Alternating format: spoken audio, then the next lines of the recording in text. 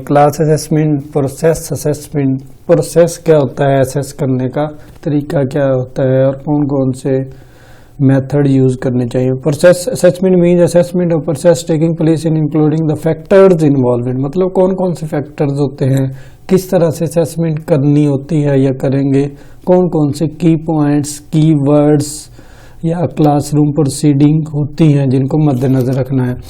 Product assessment क्या है? Product assessment means assessment of product at the end of some process, मतलब कोई भी चीज प्रोडक्ट की है, कोई भी चीज बनी है, उसकी एंड पे असेसमेंट करना कि वो ठीक बनी है या गलत बनी है, उसमें जो कमी बेशी है उनको दूर करना प्रोडक्ट असेसमेंट होती है। उसके बाद some links and loops.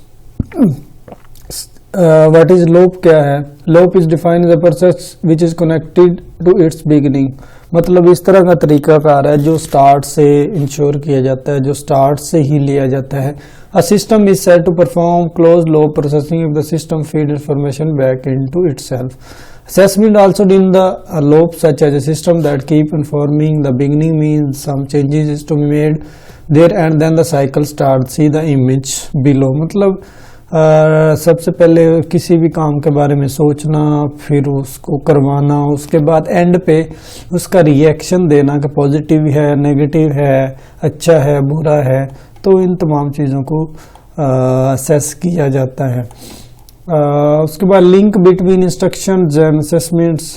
Link क्या होता है, राब्ता क्या होता है इंस्ट्रक्शन हदायत में और assessment. First of all there is a link between teaching and learning, सबसे पहले जो लिंक होना चाहिए वो टीचिंग और लर्निंग के दरमियान होना चाहिए। Next link can be perceived between learning and assessment, और दूसरा लर्निंग और असेसमेंट के दरमियान। Assessment is link to teaching also, assessment का जो लिंक टीचिंग से भी होता है। Teaching learning assessments make a loop, teaching और लर्निंग दोनों से मिलकर लोब बनते हैं, मतलब दोनों से ही रिएक्शंस शो होते हैं।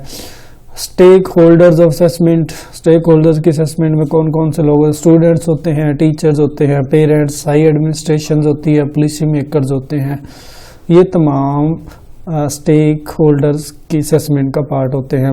लोब ऑफ असेसमेंट, लोब क्या? Assessment creates lobs with the exam और टेस्ट और secondly with the process of assessment. Processes involve in assessment, design, develop, implement, assesses, मतलब जो हम टेस्ट कंडक्ट करते हैं उनके थ्रू जो असेसमेंट करते हैं, कोई टेस्ट डिज़ाइन करते हैं, उसके बाद उसको डेवलप करते हैं और इम्प्लीमेंटेशन में कोई चीज़ लागू करना चाह रहे हैं तो वो करते हैं, और इस तरह ये तमाम चीज़ें इसमें इन्वॉल्व होती हैं। ये design, assesses, identify need, design, create, blueprint, तो ये तमाम नक्शा असेस शो करता है। उसके बाद assessment techniques and then link with each other. Assessment जो टेक्निक्स होती हैं उनका आपस में लिंक क्या होता है? Some techniques of classroom assessing are provoking about topics, discussion, project, assignment, paper, pencil.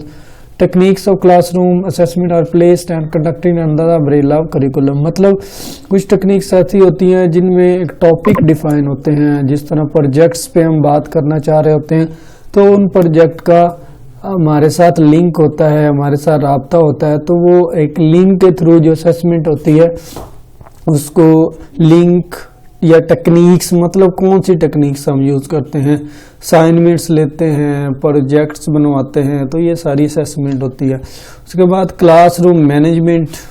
Classroom management a link between teaching and learning, मतलब इसका तल्लुक भी टीचिंग और लर्निंग से होता है। Teaching and learning take place in the certain context, learning and learner and learning are link, they are link with the teacher also, मतलब सीखना और सीखने का प्रोसीजर है उनके दरमियान जो लिंक होता है उसको क्लासरूम मैनेजमेंट कहते हैं। मतलब क्लासरूम जो मैनेजमेंट है उसमें दोनों लोग शामिल होते हैं, टीचर्स और स्टूडेंट। जिस तरह ये चार्ट बना हुआ है, teaching and learning, gathering evidence, reflecting and planning, giving feedback, मतलब ये तमाम चीज़ें इन्वॉल्व होती हैं। उसके बाद टॉपिक नंबर 26 है reliability and related concepts. Reliability क्या है? मतलब कंसिस्टेंसी जिसे कहते हैं, रिलायबल होना, हम उस पर पूरा भरोसा करते हैं तो उसको हम रिलायबिलिटी कहते हैं। Refer to extent to which assessment result consistent, the assessment that maintain the consistent result is known as reliable, मतलब जो हम टेस्टिंग के बाद जो रिजल्ट्स लेते हैं उनसे हमें आइडिया होता है कि ये रिलायबल है, काबिले गौर है, अच्छा है या बुरा है। तो रिलेबिलिटी एंड कंसेप्ट ये इस सूरत में पॉसिबल है जब कंसिस्टेंसी हो, डेली बेस पे टेस्ट हो, वीकली बेसिस पे टेस्ट हो, तब आइडेंटिफिकेशन हो सकती है, कंसिस्टेंसी होती है और रिलायबल सोर्सेज मिलते हैं। टेस्ट रीटेस्ट प्रोसीजर क्या है, मतलब टेस्ट लेना फिर उन रीटेस्ट लेना। Some test given to more time, example one night might may develop a test administered by the same student, मतलब स्टूडेंट से बार बार टेस्ट लेना, रीटेस्ट करना, उनको दोबारा टेस्ट लेना। एडवांटेजेस क्या हैं इसके, this percent strong logical appeal, one मेरी more than once with identical test, one avoid the problem of developing more than one test.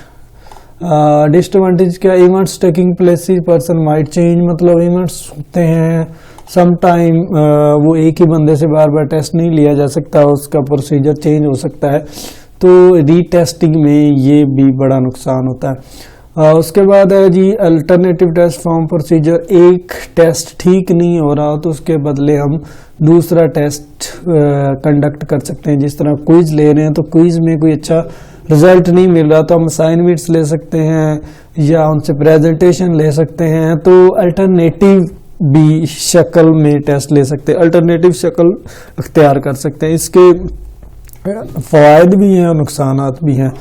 स्पील्ड house procedure, some test में once grade each half separately compare grade from each other, advantages भी हैं, disadvantages भी हैं।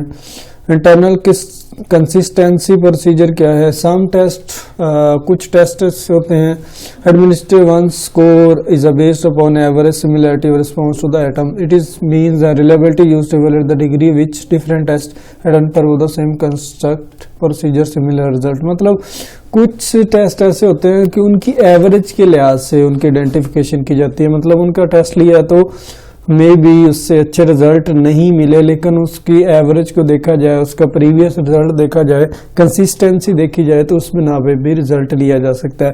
इसके फायदे भी हैं, नुकसानात भी हैं। Need to develop just one test, no maturation, no cueing, scholar do not agree on the formula apply to the calculate internal consistency, मतलब जो स्कॉलर्स होते हैं इस फार्मूले पे इत्तफा नहीं करते। कोएफिशिएंट्स रेंज क्या है, the value of reliability coefficient range from 0 to 1 point, coefficient of means reliability मतलब coefficient 1 point mean reliability, जिस तरह हम कहते हैं कि रिलायबल होना, टेस्ट जो हम कंसीडर करते हैं वो रिलायबल होने चाहिए। अगर रिलायबल नहीं है डेफिनेटली कोई चीज़ उसमें कमी है किसी चीज़ में, तो उसको ठीक करना चाहिए। उसके बाद टॉपिक नंबर 32 है some other types of assessment, authentic assessment है। ऑथेंटिक क्या होती है, it is form of assessment which student asked to perform real world task that demonstrate meaningful application essential knowledge and skill, मतलब इस तरह से test conduct करना कि स्टूडेंट्स की रिलायबिलिटी या उनका प्रैक्टिकली उनसे रिजल्ट वाज़ेह हो, उनसे हमें काफ़ी चीज़ें सीखने को मिलें। There are some other names used for authentic assessment, alternative assessment और डायरेक्ट असेसमेंट, मतलब कोई असेसमेंट के लिए एक वे अगर ठीक नहीं प्रूफुल है तो हम दूसरा यूज़ कर लेते हैं। तो इस तरह ऑथेंटिक एक मतलब जिस ऑथेंटिक हो हर लिहाज से, प्रैक्टिकली या चैनल के लिहाज से या वैसे क्लासरूम के लिहाज से, ऑथेंटिक असेसमेंट से भी स्किल्स की परफॉर्मेंस का पता चलता है। Performance assessment call upon examiners to demonstrate specific skills and competency that is applied to the skills and knowledge by have master, मतलब परफॉर्मेंस मतलब जब आप टेस्ट देते हैं तो उसमें लिखते हैं तो आपकी परफॉर्मेंस ये होती है कि आपने क्या चीज़ें लिखी हैं और आया कि वो जो चीज़ें आपसे पूछी गई हैं वही लिखी हैं या आपने इसके अल्टरनेटिव कोई चीज़ें लिखी हैं, तो ये परफॉर्मेंस होती है, आपकी परफॉर्मेंस पे ही टेस्टिंग हो सकती है। तो ये थे टॉपिक 32। नेक्स्ट लेक्चर में हम टॉपिक 33 से स्टार्ट करेंगे और बाकी जितने भी लेक्चर्स हैं, टॉपिक्स हैं, उनको एक्सप्लेन करने की कोशिश करेंगे।